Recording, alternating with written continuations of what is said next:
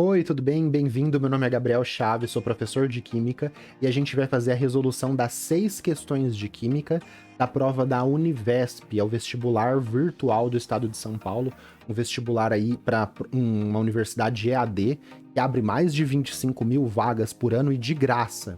Então, bem legal aí, né, para quem quer fazer um EAD sem gastar um real. Vamos para a resolução dessas 6 questões aí de Química? Então tá aqui a cara da prova, né? Univesp 2023, questões teste aí pra gente. A banca é da VUNESP, né? Então as questões são bem feitinhas, bem legais aí pra gente, beleza? Qualquer dúvida nas questões, deixa um comentário e a gente, assim que possível, responde e as pessoas se ajudam também. Então vamos lá. Análise dos temas das questões. As provas da Univesp, né? Geralmente elas abordam questões do começo da matéria. Então, por exemplo, química orgânica, o comecinho de química orgânica, físico-química, o comecinho de físico-química. Então, vai cair uma questão de cinética, é o começo de cinética. Vai cair uma questão de pilha, é bem o comecinho de pilha. Vai cair uma questão de qualquer coisa, é o começo daquele assunto e de uma forma bem feita. Bastante questão aí de química geral, né? 4 questões com química geral. A primeira, orgânica e geral. A quinta questão, química orgânica, e a última de radioatividade, beleza? Só 2 questões com continha. Beleza? Vamos lá então. A prova da Univesp, as provas da banca da VUNESP geralmente fornecem essa tabela periódica aqui padrão. Todas as provas da VUNESP têm essa tabelinha, tá bom? Então vamos lá. Primeira questãozinha aí pra gente, questão 39 da Univesp 2023. O propano, um dos componentes do gás liquefeito de petróleo, GLP, é um hidrocarboneto, carbono e hidrogênio, que nas condições ambiente apresenta-se como um gás incolor, inflamável e não tóxico. Esse gás é empregado como combustível para fogões e em motores de caminhões. Então, é o gás ali, um dos gases, né, junto com o butano, propano e butano, está no gás do botijão de cozinha. Ao sofrer combustão completa, esse hidrocarboneto produz gás carbônico, água e libera calor para a gente cozinhar nossos alimentos no fogãozinho, conforme a equação a seguir. Então, propano com XO2 gasoso forma YCO2. Quem que é CO2? Gás carbônico, mais 4H2O, né? 4 água, mais calor. Então, propano reage com gás oxigênio, forma gás carbônico, água e libera calor. Os valores dos coeficientes estequiométricos x e y para essa reação de combustão e a classificação desse hidrocarboneto são, respectivamente, então, os coeficientes estequiométricos e saber se o propano é um alcano, alceno, um alcano, um alceno ou um alcano. Propano, é um alcano. Então, se fosse no chute sem saber balancear, você já ficaria entre o A, o C e o E, porque um propano é um alcano, o propeno é um alceno e o propino é um alcino, beleza? O an, o en e o in já te diz isso. Vamos fazer uma identificação dos temas aqui então? Balanceamento de equações, né? A gente vê isso em fundamentos de reações. Eu tenho uma playlist com 50 aulas de química básica para você ir lá estudar toda a química básica. Recomendo muito para quem está fazendo o vestibular da Univesp ir lá ver. E na parte de fundamentos de reações a gente aprende isso daqui: química geral, química básica. E a outra parte é a parte de química orgânica, estrutura, nomenclatura de propriedades de hidrocarbonetos. Propano é um dos hidrocarbonetos mais simples ali, que é um alcano. Beleza. Como que a gente faz o balanceamento de reações? Ó, com toda a calma do mundo aqui. A gente coloca todo mundo que está envolvido na equação química, reagentes, formando produtos. Qual que é a regra? Você pega a substância com maior quantidade e maior diversidade de átomos e coloca o número 1. Então, quem tem maior diversidade de átomos? Aqui tem carbono e hidrogênio. Aqui só tem oxigênio, então ele não é tão complexo, fica para o final. Carbono e oxigênio tem 2 tipos, hidrogênio e oxigênio tem 2 tipos. Então a gente tem esse ou esse. Eles têm 2 elementos diferentes. Qual que tem mais átomos na molécula? O propano, que é esse cara aqui, que eu já, né, a gente já sabe que é um alcano. Então, esse daqui ele tem maior diversidade, 2 elementos, e maior quantidade. Então, a gente pega e coloca um número 1 na frente e grifa. Então, eu tenho um propano. Quando eu colocar um propano na frente, eu estou falando que eu tenho 3 carbonos e 8 hidrogênios. Ó, tudo que está grifado já está balanceado. Coloquei um aqui. Se durante o balanceamento eu for fazendo e eu tiver que voltar aqui, eu volto nesse cara e troco de 1 para 2 e eu tento tudo de novo. Mas é sempre, começa assim, é o jeito mais tranquilo, eu acho, de fazer balanceamento. O cara com maior quantidade, com maior diversidade, você coloca o número 1 e grifa. Beleza, agora a gente faz o balanceamento por pares daquele que não aparece em vários compostos. Como assim? O carbono tá aqui e tá aqui. Eu posso fazer o balanceamento do carbono. O hidrogênio tá aqui e só tá aqui. Posso fazer o balanceamento do hidrogênio. Qual o elemento que vai ficar por último? O oxigênio. Por quê? Ele está mais espalhado. Ele está aqui, está aqui, está aqui. Ele está em 3 moléculas diferentes. Então, o carbono, como ele aparece em par, eu faço o balanceamento do carbono. Como eu tenho um propano, eu tenho 3 carbonos. Então, que número que eu ponho aqui na frente para ter 3 carbonos? 3. E aí eu grifo só o carbono, porque o oxigênio eu não balancei ainda. Então, 3 carbonos, 3 carbonos. Agora o hidrogênio, eu tenho 8 hidrogênios. Que número que eu coloco aqui na frente para eu ter 8 hidrogênios? 4. Então eu coloco um 4, grifo só o hidrogênio. 4 vezes 2, 8 hidrogênios. Agora, por último, a gente faz o balanceamento do oxigênio, que está aqui, está aqui e está aqui. O carbono e, desculpa, o CO2 e a água já está com o número, já está com o coeficiente estequiométrico na frente. Então, eu tenho 3 CO2 e 4 água. Eu tinha só encontrado a quantidade de carbono e de hidrogênio. O que eu faço? Eu termino de grifar, então eu termino de grifar o CO2, termino de grifar a água, e eu sei que aqui eu tenho 6 oxigênios, por quê? Eu coloquei o 3 por causa do carbono. Mas colocando 3 por causa do carbono, ele também vai multiplicar aqui a quantidade de oxigênios. Então eu tenho 3 vezes 2, eu tenho 6 oxigênios do CO2. E aqui eu coloquei o 4 por causa do hidrogênio, mas ele também vai contar para o oxigênio. Eu coloquei por causa do hidrogênio, mas ele também conta para o oxigênio. Então, 4 oxigênios. Então, nos produtos, quantos oxigênios eu tenho? 6 do CO2 e 4 da água. 6 com 4 dá 10 oxigênios nos produtos. Quantos oxigênios eu tenho que ter nos reagentes? 10 também. Então tá vendo que quem tá mais espalhado, quem aparece em todo mundo, fica por último por causa disso. Que número que eu coloco aqui no oxigênio para eu ter 10 oxigênios? 5, porque 5 vezes 2 vai dar 10 átomos de oxigênio. Pronto. 1 para 5, para 3, para 4. Fiz bem devagarzinho para explicar para você. Então, quais são os coeficientes x e y? 5 e 3. 5 e 3, alternativa aqui, E. Tudo bem? Então, 5 e 3 só tem alternativa E.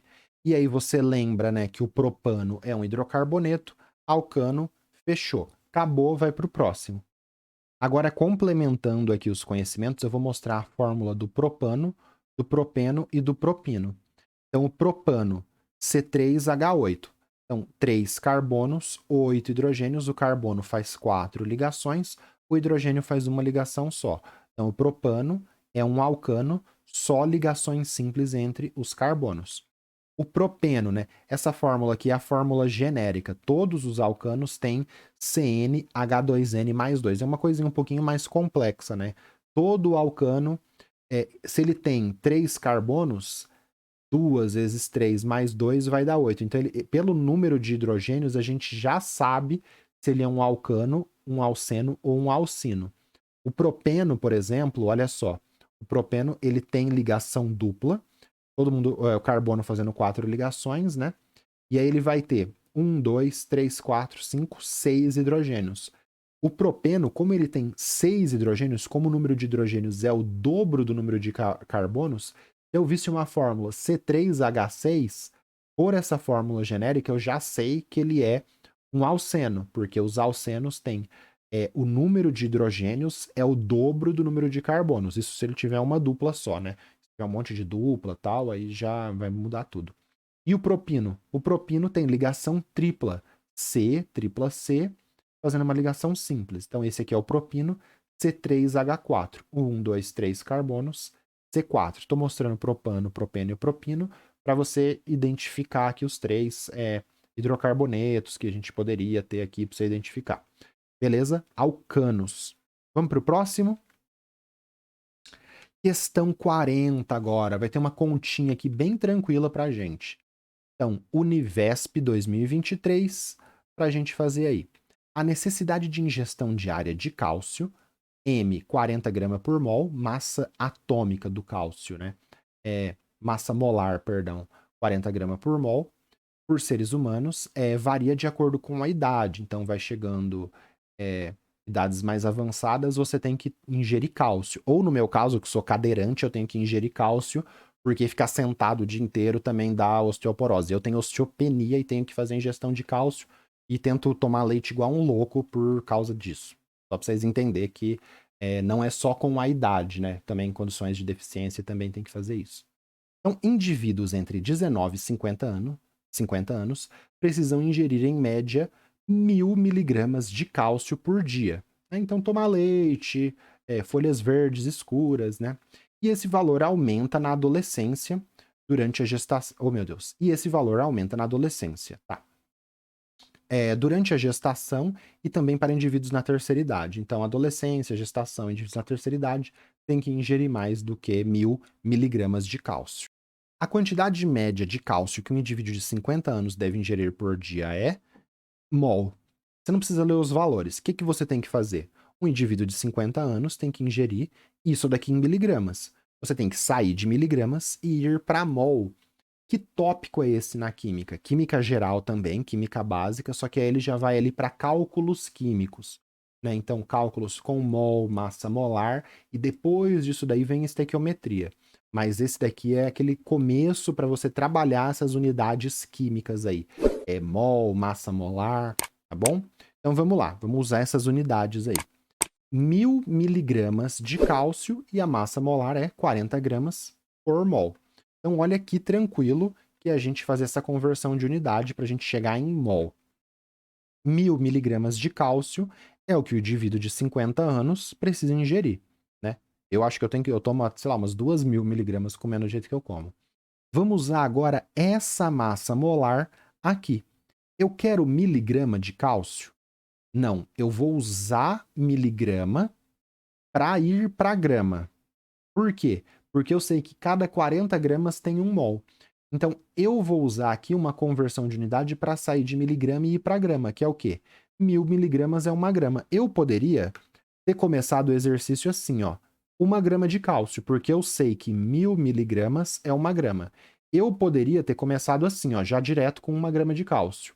Mas e se ele falasse para você 4.500 miligramas? Aí você faz o quê? Coloca as 4.500 miligramas de cálcio e coloca 1.000 miligramas de cálcio é 1 grama. Aí você corta miligrama, corta o valor e chega na unidade de grama. Você está convertendo unidade, você está saindo de miligrama e indo para grama de cálcio, beleza?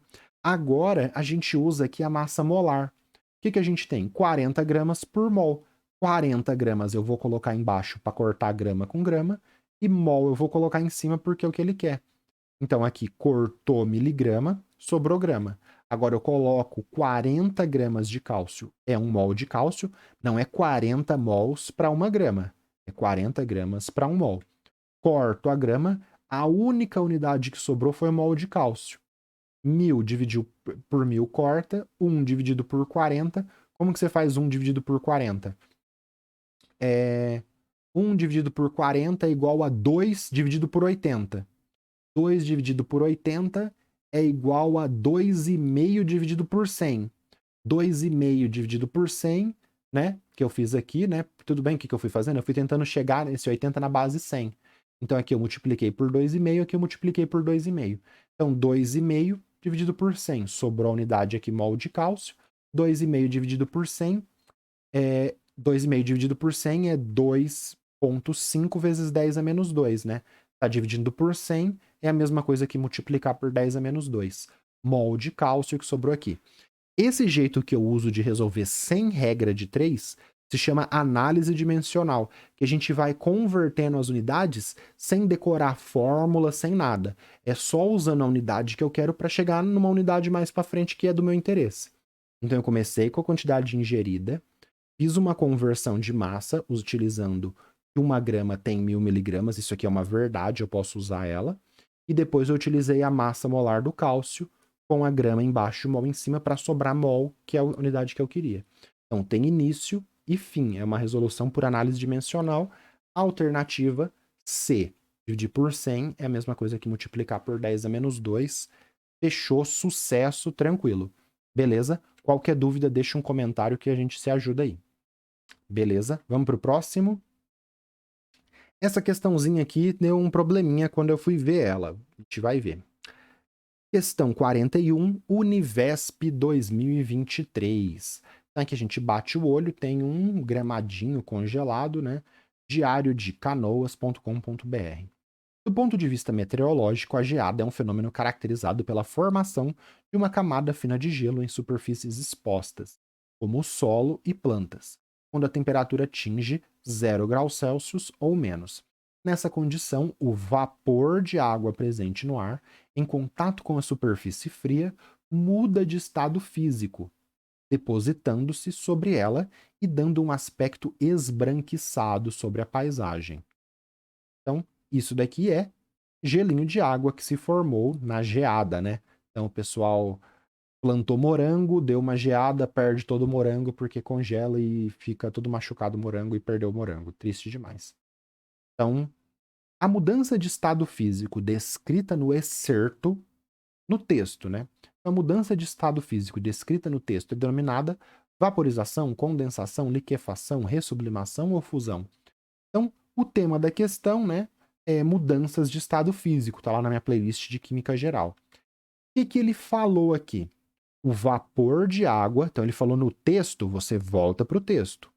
O vapor de água presente no ar, em contato com a superfície fria, muda de estado físico, depositando-se, dando aspecto esbranquiçado. Então, o vapor de água gasoso formou o gelo. Aí a gente lembra das mudanças de fase. Está lá na minha aula 11 isso, tá?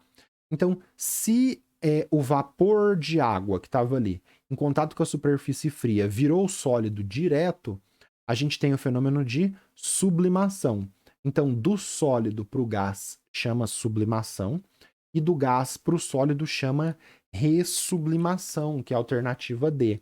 Você pode usar também sublimação, tanto do sólido para o gás, quanto do gás para o sólido. Sublimação para os dois nomes. Ou você pode chamar do gás para o sólido de ressublimação, aparece também, como apareceu no exercício, ou sublimação inversa, tudo bem? Por que eu não gostei dessa questão aqui? Porque eu acho que eu dei uma lida assim meio por cima, mas para o vapor de água sublimar e formar o sólido sem passar pelo líquido, você tem que ter uma pressão muito baixa. Então, tem condições aqui, não é só você pegar o vapor de água e esfriar ele, ele vira o sólido e sublima direto sem passar pelo líquido, tá? Você tem que ter uma condição de pressão reduzida, e a gente discute isso no diagrama de fases, que é uma coisa um pouquinho mais complicada. Então, por causa disso, eu fiquei, mas não é sublimação, teria que ter uma pressão reduzida. Mas, como ele falou, que saiu do vapor e formou o sólido, do vapor para o sólido é sublimação. Ele não deu mais detalhes aí do processo, tá bom? Vaporização, o que é? Vaporização é do líquido para o gás, aí pode ser lenta, que é a evaporação, rápida, que é a ebulição, água fervendo na chaleira, ou muito rápida, que é a calefação, quando a gotinha cai, ele faz tss. Condensação é o vapor de água condensando e formando água líquida, né? Chuva é condensação, né? O vapor condensando, formando gotinhas. Liquefação também é esse processo aqui. A condensação e a liquefação tem uma mudança quando está relacionada com pressão. Então, pode usar condensação e liquefação como sinônimos, mas tem uma diferença porque gás do ar, ele não condensa. Então, se você quiser... Tem empresas aqui na minha cidade que eu moro, que é em Jundiaí, que liquefazem o ar. O ar, que está aqui entre eu e o celular que está me gravando, é N2, oxigênio, gases hospitalares. eles não condensam, eles são liquefeitos, porque tem essa coisa da pressão também. Mas você pode usar como sinônimo, tá bom? Mas para o ar, para você produzir oxigênio líquido, você não condensa ele, você liquefaz. Você usa um nome diferente. E fusão é derreter, que é sair do sólido para o líquido, né? Então, o cara derreteu o motor do carro, fundiu o motor do carro. Beleza? Por isso que é a alternativa D. Vamos para o próximo? Questão 42, Univesp 2023. A figura ilustra a obtenção de 3 misturas preparadas em 3 tubos de ensaios identificados com 1, 2 e 3. Então, tubo 1, tubo 2, tubo 3. No tubo 1 é água com cloreto de sódio, nessas quantidades aqui. No tubo 2 é água com etanol, misturou aqui. No tubo 3 é água com óleo vegetal, misturou aqui. Constitui um sistema homogêneo a mistura que foi preparada, sistemas homogêneos e misturas. Então, química básica, química geral de novo.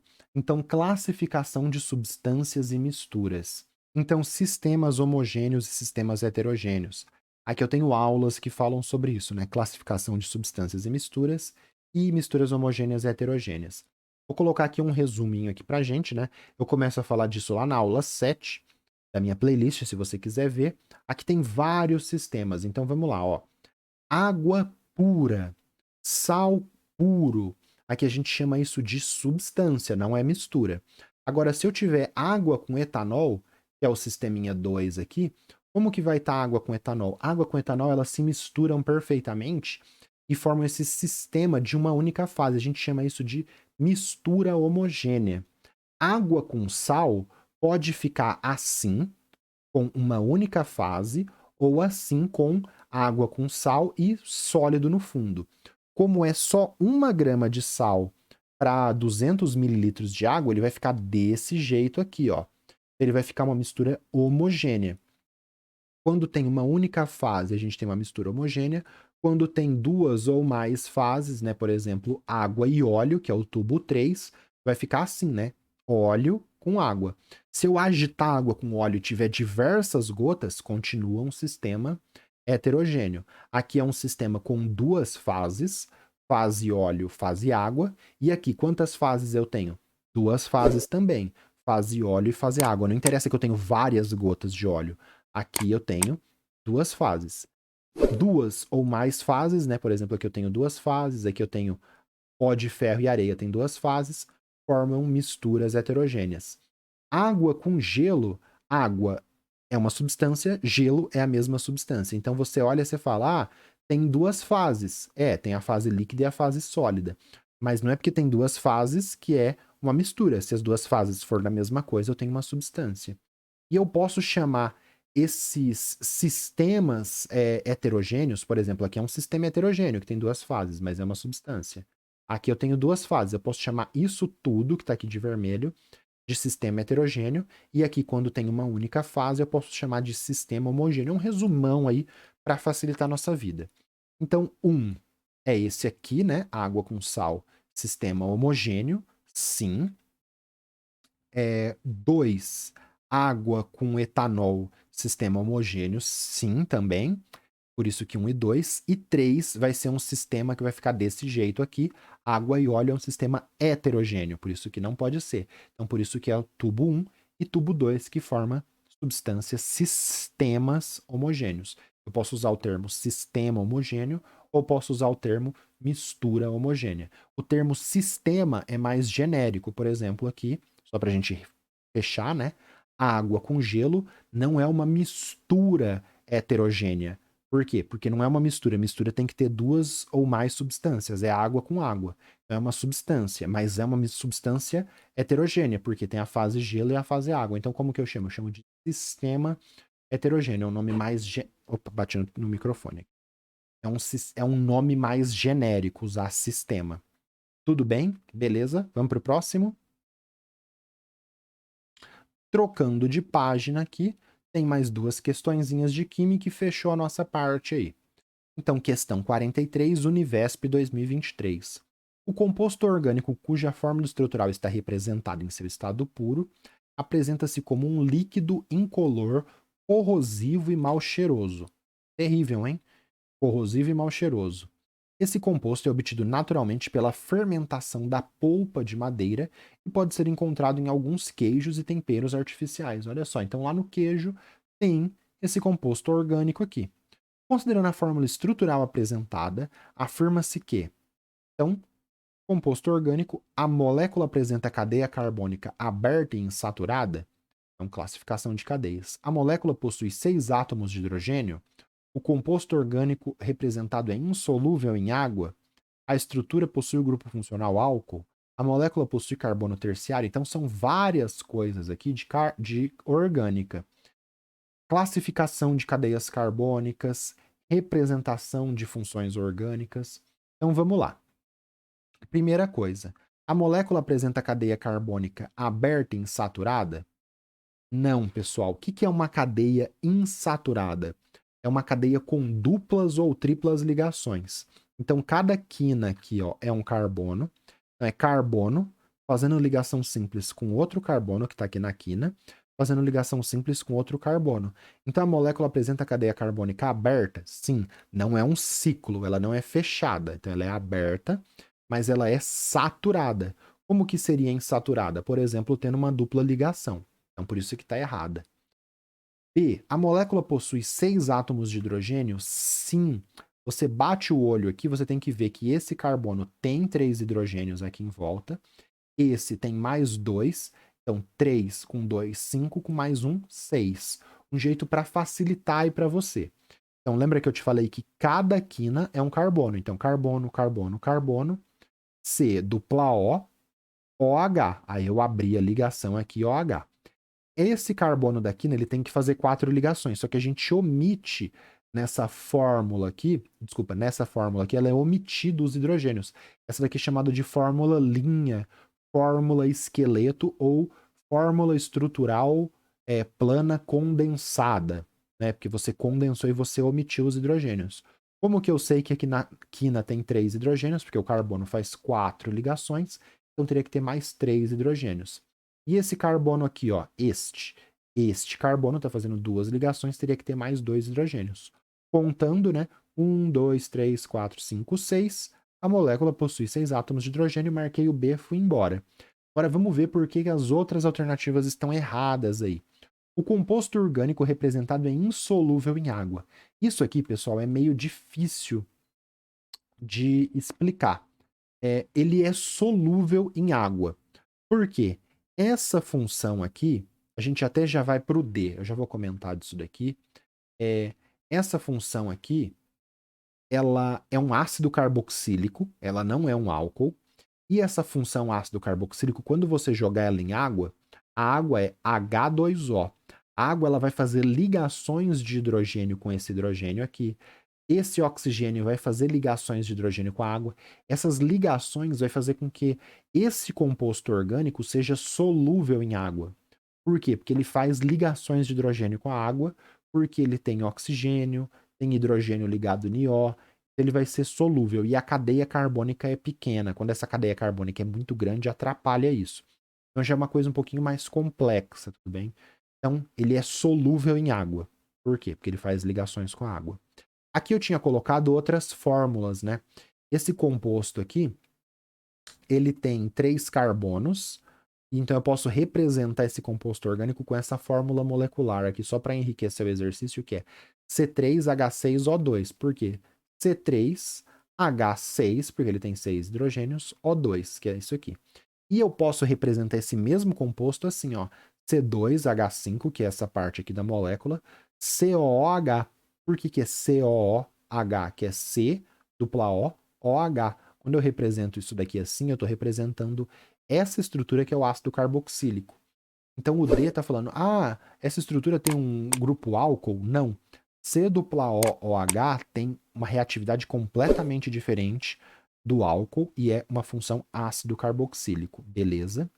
E, a molécula possui um carbono terciário? Não, só carbonos primários e secundários. O que é carbono primário? Este carbono aqui é um carbono primário, porque é um carbono que está ligado apenas em outro átomo de carbono. Esse outro carbono aqui do meio aqui, né, ele também só está ligado em outro átomo de carbono. Então, esse é um carbono primário e esse é um carbono primário. Já esse cara aqui que está ligado com 2 átomos de carbono, ele é um carbono secundário. Um carbono terciário teria que estar se ligando com outros 3 carbonos. Tudo bem? Por isso que é a alternativa B. Tranquilinho? Qualquer dúvida, deixa um comentário que as pessoas se ajudam aí, beleza? Vamos pro próximo. Última questão aí da parte de química da Univesp 2023. Então aqui tem um esqueleto sinistro, né? Então vamos lá. A determinação da idade de fósseis de seres vivos com até 40 mil anos pode ser feita a partir da avaliação da quantidade de isótopo carbono 14 presente nele. Eu já tô ficando tão velho que já estão achando a minha idade por carbono 14. Sabe-se que o tempo de meia-vida do carbono 14 é de 5.730 anos. E a idade é determinada pela comparação entre a quantidade de carbono 14 presente no fóssil e a quantidade de carbono existente num ser vivo semelhante ao fóssil. Então você compara a quantidade de carbono que deveria ter com a que tem, e aí você vai vendo quanto que diminuiu e descobre a idade do fóssil. Assim que a gente descobre que os seres vivos têm milhares de anos e o planeta não tem uma idade aí de 4 mil anos, tudo bem? Por datação de carbono 14. Considere o fóssil de um hominídeo, né, que está aqui, cuja idade determinada pelo método de carbono 14 é de 22.920 anos. A porcentagem de carbono 14 presente nele será de 6,25, 12,25, 50. Como que a gente faz isso? É um método clássico. É o tema fisicoquímica, radioatividade, datação por carbono 14. Como que a gente faz isso? A gente sabe que a meia-vida é 5.730 anos. E eles determinaram a idade dele de 22.920 anos. Como que a gente faz? Quando a amostra, né? Se eu tirar um pedacinho aqui do meu dedo, ver a quantidade de carbono 14 que tem e comparar ali com o dos seres vivos, a gente chama isso de 100%. É a quantidade de referência para os organismos que estão vivos, não viraram fósseis, não morreram. Ele é 100% no início. Quando passar um tempo de meia-vida com essa idade aqui, vai cair a quantidade de carbono 14 pela metade. Então eu peguei, cortei esse meu dedo aqui, morreu. Morreu essa pontinha do dedo. Ela ficou 5.730 anos ali no ambiente. A quantidade de carbono 14 nessa pontinha do meu dedo vai cair a 50% depois de uma meia-vida que tem essa idade aqui. Beleza, eu deixei essa pontinha do meu dedo no ambiente ali por mais uma meia-vida. Passou-se mais 5.730 anos, totalizando, desde a hora que eu cortei o meu dedo, 11.460 anos. A quantidade de carbono 14 caiu pela metade, depois caiu pela metade de novo, ou seja, só sobrou um quarto, 25%. Passou uma meia-vida, passou outra meia-vida. Essa é a idade do fóssil? Não, eu vou fazendo esse procedimento até chegar na idade do fóssil. Então, passo mais uma meia-vida, somo mais 5.730 anos, chego nessa idade aqui. É a idade do fóssil? Não. Pego a porcentagem de carbono 14, diminuo pela metade. Não é a idade do fóssil, vou fazer isso mais uma vez. Somo mais uma meia-vida, 22.920 anos, e a porcentagem cai para 6,25. Então, esse dedo, né, para a quantidade de carbono 14 nele cair a 6,25%, teria que ter passado 22.920 anos. Se eu achar agora um fóssil com 6,25% de carbono 14, eu sei que ele veio hoje. Se eu achar hoje um fóssil, um dedo ali, um esqueleto com 6,25%, eu sei que ele tem essa porcentagem. Eu posso fazer isso de trás para frente ou eu posso fazer isso de frente para trás. Cheguei em 6,25%, alternativa A. Então, a meia-vida, o que que é? É esse tempo para a quantidade de isótopos radioativos, a quantidade cair pela metade. E esse tempo, ele vai continuar constante. Então, passa uma meia-vida, cai pela metade. Passa a mesma meia-vida, cai pela metade de novo. Vou fazendo isso até chegar na porcentagem, chegar na idade do fóssil. Posso fazer nesse sentido, ou eu posso pegar e começar com 22 mil anos e fazer o contrário também. Se eu tivesse, por exemplo... o exercício poderia ser assim. Achei um fóssil com 6,25% de carbono 14. Quantos anos ele tem? Aí eu vou dobrando até chegar em 100%, posso fazer assim também, tá bom? Beleza, terminamos a prova aí. Vamos ver agora a análise aqui das questões, né, que a gente fez no começo. Então, Univesp 2023 foi feito no segundo semestre ali a prova, né? Esse vestibular aí que tem mais de 25 mil vagas. 4 questões de Química Geral. Tem uma playlist de Química Geral no meu canal. Assista se você tiver com um pouquinho de dificuldade. Uma questão de Química Orgânica ali, né? De representação, aquela parte de solubilidade é um pouquinho mais complicada mesmo. E essa última questão de radioatividade e datação por carbono 14. Só 2 questões com continha, e eu achei estranho aquela parte da sublimação da água por manageada sem explicar direito. Mas tá tudo bem. Fizemos as 6 questõezinhas aí, né? Fizemos as 6 questõezinhas. Sucesso!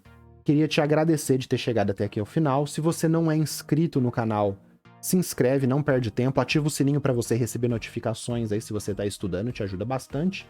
E não esquece de deixar um comentário para dar aquele engajamento, me motivar aí a continuar fazendo mais vídeos.